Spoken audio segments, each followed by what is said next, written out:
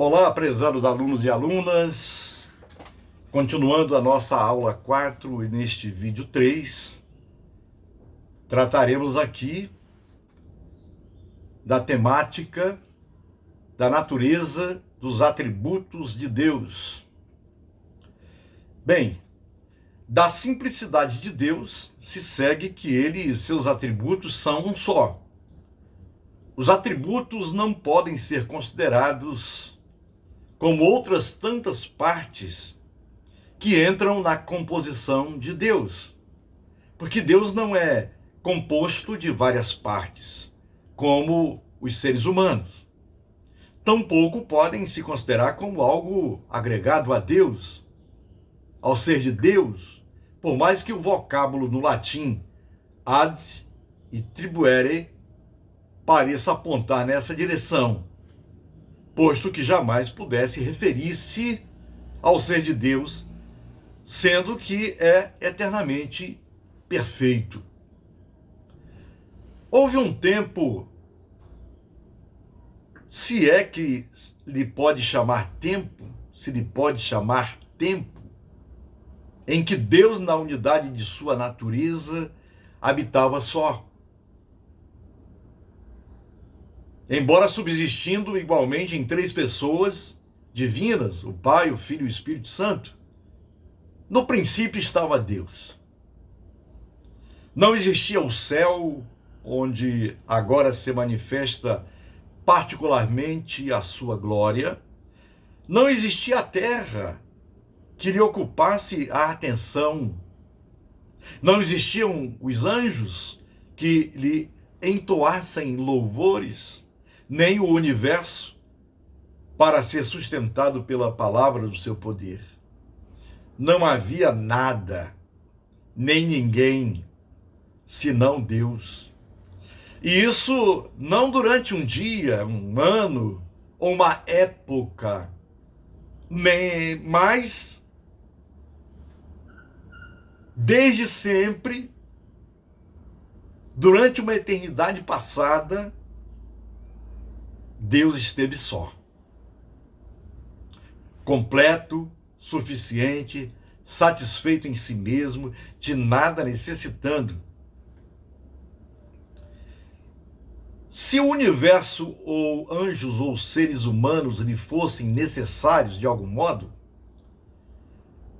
teriam sido chamados à existência desde toda a eternidade.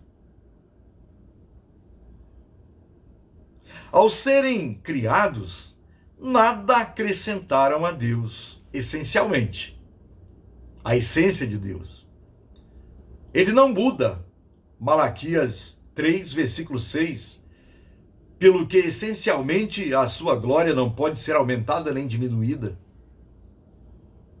Deus não estava sob coação, nem obrigação, nem necessidade alguma de criar. Resolver fazê-lo foi um ato puramente soberano de sua parte, não produzido por nada alheio a si próprio, não determinado por nada, senão o seu próprio beneplácito, já que ele faz todas as coisas segundo o conselho da sua vontade. Efésios 1, versículo 11. Beneplácito e vontade têm a mesma conotação. O fato de criar foi simplesmente manifestado de origem da sua glória. Um ato de amor. O Deus que estabeleceu todas as coisas na natureza, um Deus que se revelou nela, na natureza, por amor.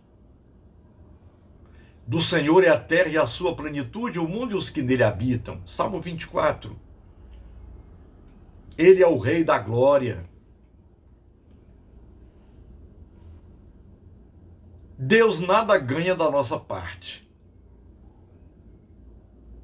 Se fores justo, que lhe darás ou que receberá da tua mão?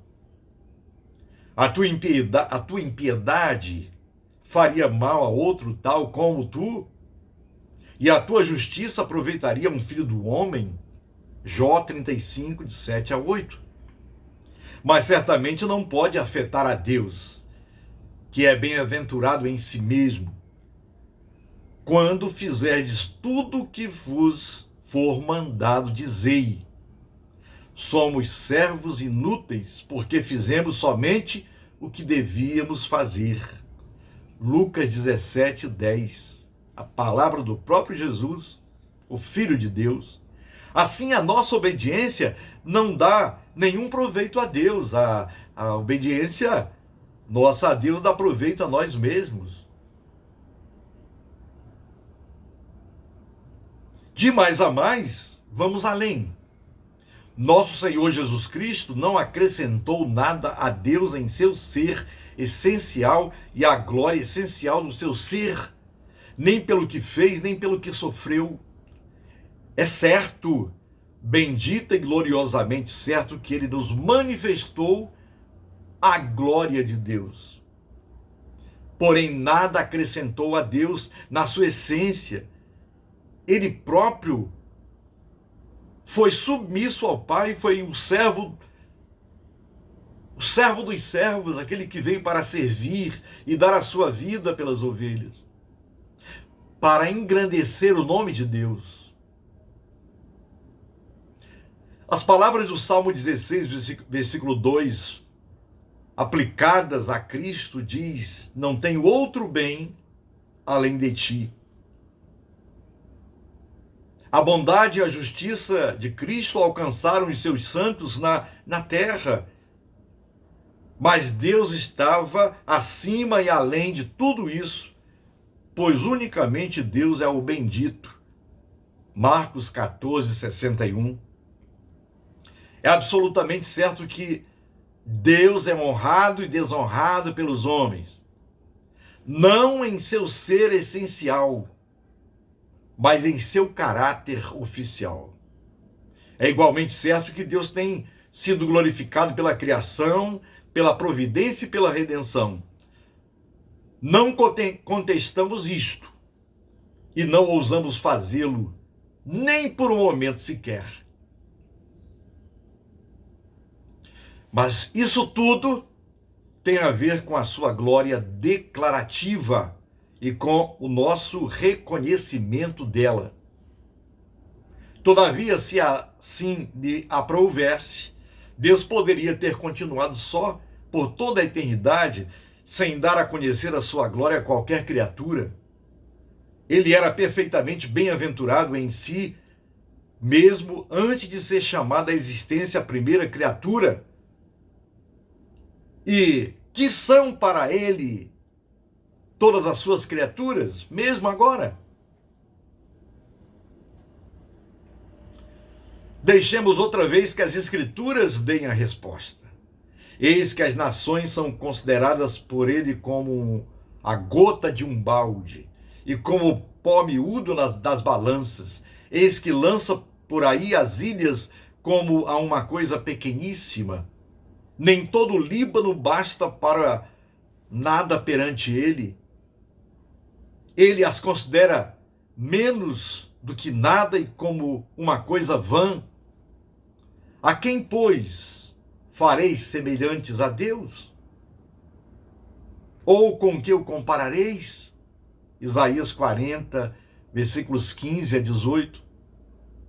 Esse é o Deus das Escrituras, mas infelizmente ele continua sendo o Deus desconhecido, Atos 17, 23, para multidões desatentas.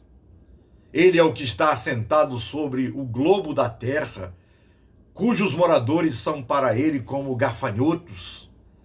Ele é o que estende os céus como cortina e os desenrola como tenda para neles habitar, o que faz voltar ao nada os príncipes e torna coisa vã os juízes da terra. Isaías 40, 22 e 23. Quão imensamente diverso é o Deus das Escrituras do Deus do púlpito comum. O testemunho do Novo Testamento não tem nenhuma diferença do que vemos no Antigo Testamento. Ali também lemos, ao qual a seu tempo mostrará o bem-aventurado, o único poderoso Senhor, Rei dos reis e Senhor dos senhores, aquele que tem, ele só, a imortalidade, e habita na luz inacessível a quem nenhum dos homens viu, nem pode ver, ao qual seja a honra, o poder sempre eterno. Amém. 1 Timóteo 6, 15 e 16. O ser aí é descrito, o ser descrito aí no texto, deve ser reverenciado, respeitado, cultuado, adorado. Ele é o único em sua majestade, único em sua excelência, incomparável em suas perfeições. Ele tudo sustenta, mas ele mesmo é independente de tudo e de todos. Ele dá bens a todos, mas não é enriquecido por ninguém. A Deus toda a honra, toda a glória. Um Deus tal não pode ser encontrado mediante investigação, como pensavam os gregos. Só pode ser conhecido como e quando revelado ao coração pelo Espírito Santo, por meio da palavra. É verdade que a criação manifesta um Criador. E isso com tanta certeza que os homens ficam inexcusáveis. Romanos 1, versículo 20. Contudo, ainda temos que dizer segundo Jó, eis que isto são apenas as obras dos seus caminhos, e quão pouco é o que temos ouvido dele. Quem, pois, entenderia o trovão do seu poder? Jó 26, 14. Cremos que o argumento baseado no desígnio, assim chamado argumento apresentado por apologistas bem intencionados, tem causado mais dano que benefício, pois tenta baixar o grande Deus ao nível do entendimento finito e com isso perde de vista a sua singular excelência. No próximo vídeo continuaremos a falar sobre esta grandeza de Deus. No próximo vídeo, que é o vídeo 4 da nossa aula 4. Até lá então.